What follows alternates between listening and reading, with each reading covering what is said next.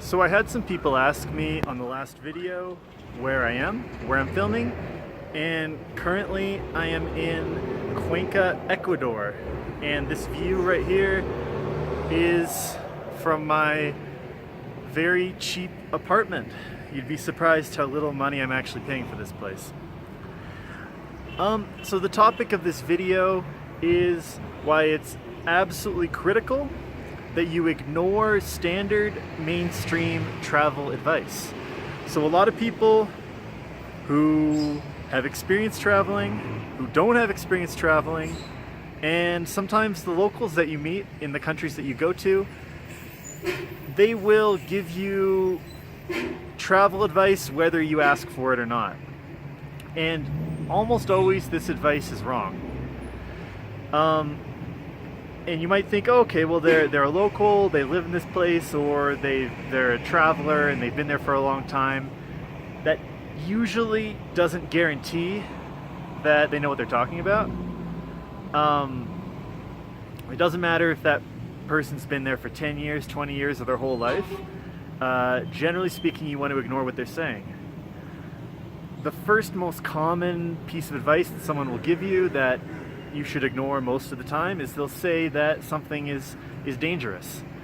And the last video I talked about safety in traveling in developing countries. And I would say most of that advice applies to really the most dangerous countries. It doesn't apply to, the vast majority of countries on the planet. The vast majority of countries on the planet, you can actually be pretty reckless and get away with almost anything. So they'll say, oh, don't go to this area, it's dangerous, don't go to this city, it's dangerous, or someone back home will say, don't go to this country, it's dangerous, and they've actually never even been there.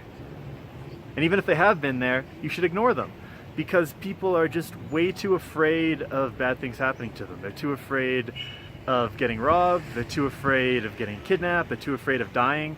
Like I don't think they understand that there's 7 billion people on the planet. And it doesn't matter if I die, it doesn't matter if you die, there's way more other people to replace us. So that's the first thing, don't listen to people when they say something's dangerous. The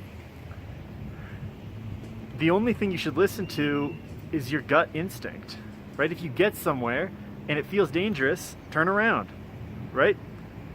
Or if a whole bunch of people, if you read online that something is dangerous, someone in person says it's dangerous, another traveler says it's dangerous, okay, then maybe you don't want to go there. But don't just listen to one person's advice and assume they know what they're talking about. I would say that it's a very small percentage of travelers, maybe something like 5% of travelers actually know what they're talking about. And maybe 1/4 of local people know what they're talking about. Like, I've had people, numerous times I've met with locals, I've gotten to know them really well, we spent a lot of time together, and they'll try to give me advice about their own city. And then I see them get robbed in front of my eyes. Like, I've had multiple friends that I've met in foreign countries get their cell phones pickpocketed, and they're trying to give me safety travel advice like I don't know what I'm talking about. So pay attention to your stuff. Like, okay, when I talk about mainstream travel advice, right, there's some stuff that's really important to listen to. Like, you gotta put your valuables in your front pocket. Don't put your wallet in your back pocket. That's standard mainstream travel. That's good. That's good. There's plenty of other stuff. Like, if you're in a really dangerous place, like I'm not talking anywhere in Asia. Like, nowhere in East Asia is dangerous, right? Everywhere in East Asia is safe. So if you're in Thailand, Cambodia, Vietnam, Philippines, except maybe in Mindanao, but generally speaking, like, all of Asia, East Asia is safe. Maybe there's some places in like central, like Kyrgyzstan or Tajikistan. I don't even know. Maybe those places are safe as well. And in the Middle East is probably dangerous in some countries too. But generally speaking, when I talk about dangerous countries, okay, what I was saying is, at nighttime in truly, actually dangerous places, not pretend dangerous places, you want to take a ride-sharing app, which I said in the other thing. So there is some mainstream travel advice that's good. Beyond danger, beyond safety concerns, someone says, don't go here, don't go there, don't do this, just, like I said, ignore them, do whatever you want to do. The other common advice that I get a lot, and that's given a lot, is you got to go do this. right? There's these certain places, there's all these must-see destinations, and I know that's clickbaity, and I think most of us understand that that's clickbait. There's no such thing as a must-see destination. That's my point, right? But I think some people actually internalize that. Some people say, "Oh, this is a must-see destination. If you go to Egypt, you have to go to the pyramids. If you didn't go to the pyramids, you haven't been to Egypt." Well, I mean, I don't care, right? Like I've skipped all kinds of major travel destinations, right?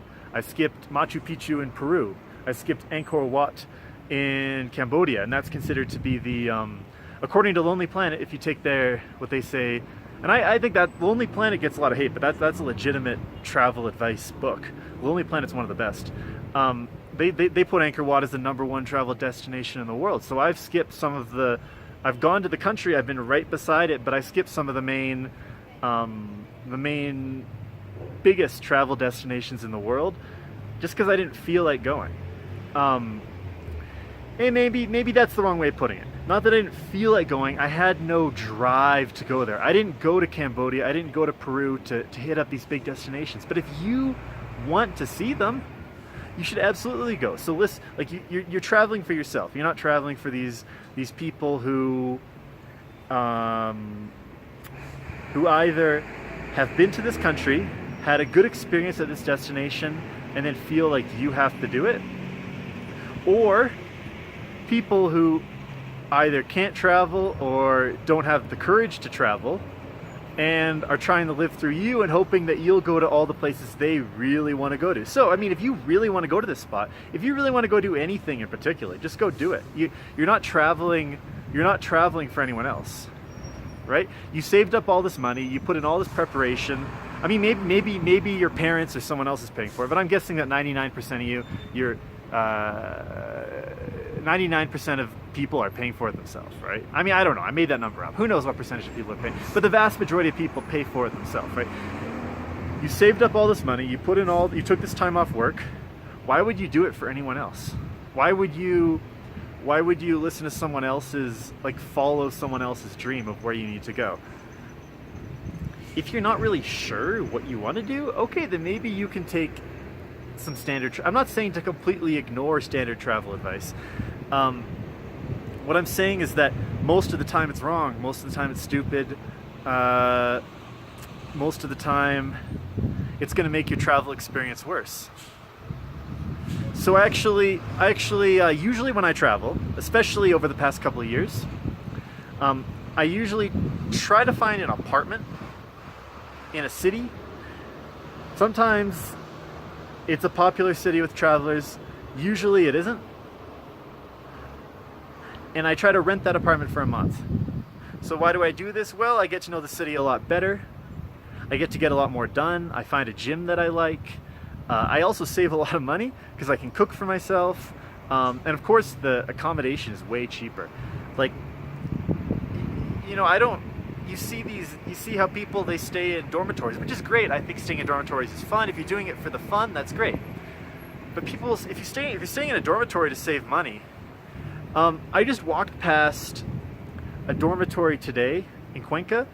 That's the same price as my apartment. Like if I stayed there for a month, I guess I could negotiate the price down if I was going to stay for a whole month.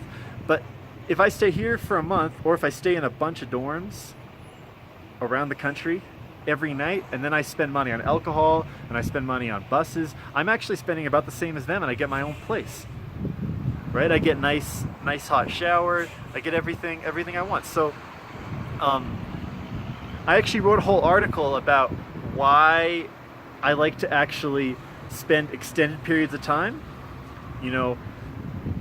anywhere. In the future, I might even spend more time. Like right now, I'm usually doing about 1 month, but I could definitely see myself staying for 2, 3, 6 months, even a year in each destination. I mean, I could see myself really enjoying that lifestyle. But I wrote a whole blog post about not only why do I spend a long time in these places, and why do I pick weird or off the beaten track travel destinations. Usually places where there either are very few tourists, or where there's pretty much none. Like I spent a long time in a place called Lucknow, India, right? I think the entire time I was there, I saw one foreigner.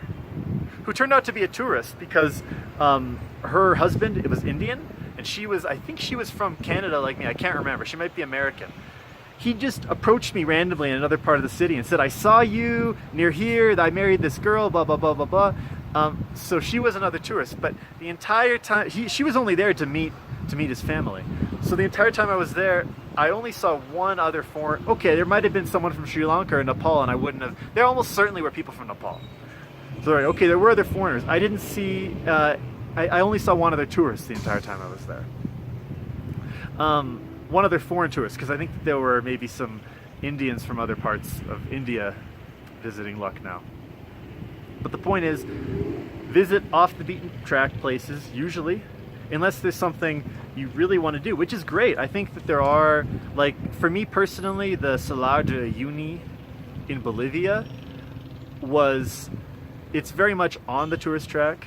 It's very much like one of the top destinations in the world, but I saw the pictures and I knew that was definitely a place I wanted to go. So I went to this town at Uni, which is super touristic. I got in line with all the other tourists and did the whole thing, and it was a beautiful experience, just to be clear.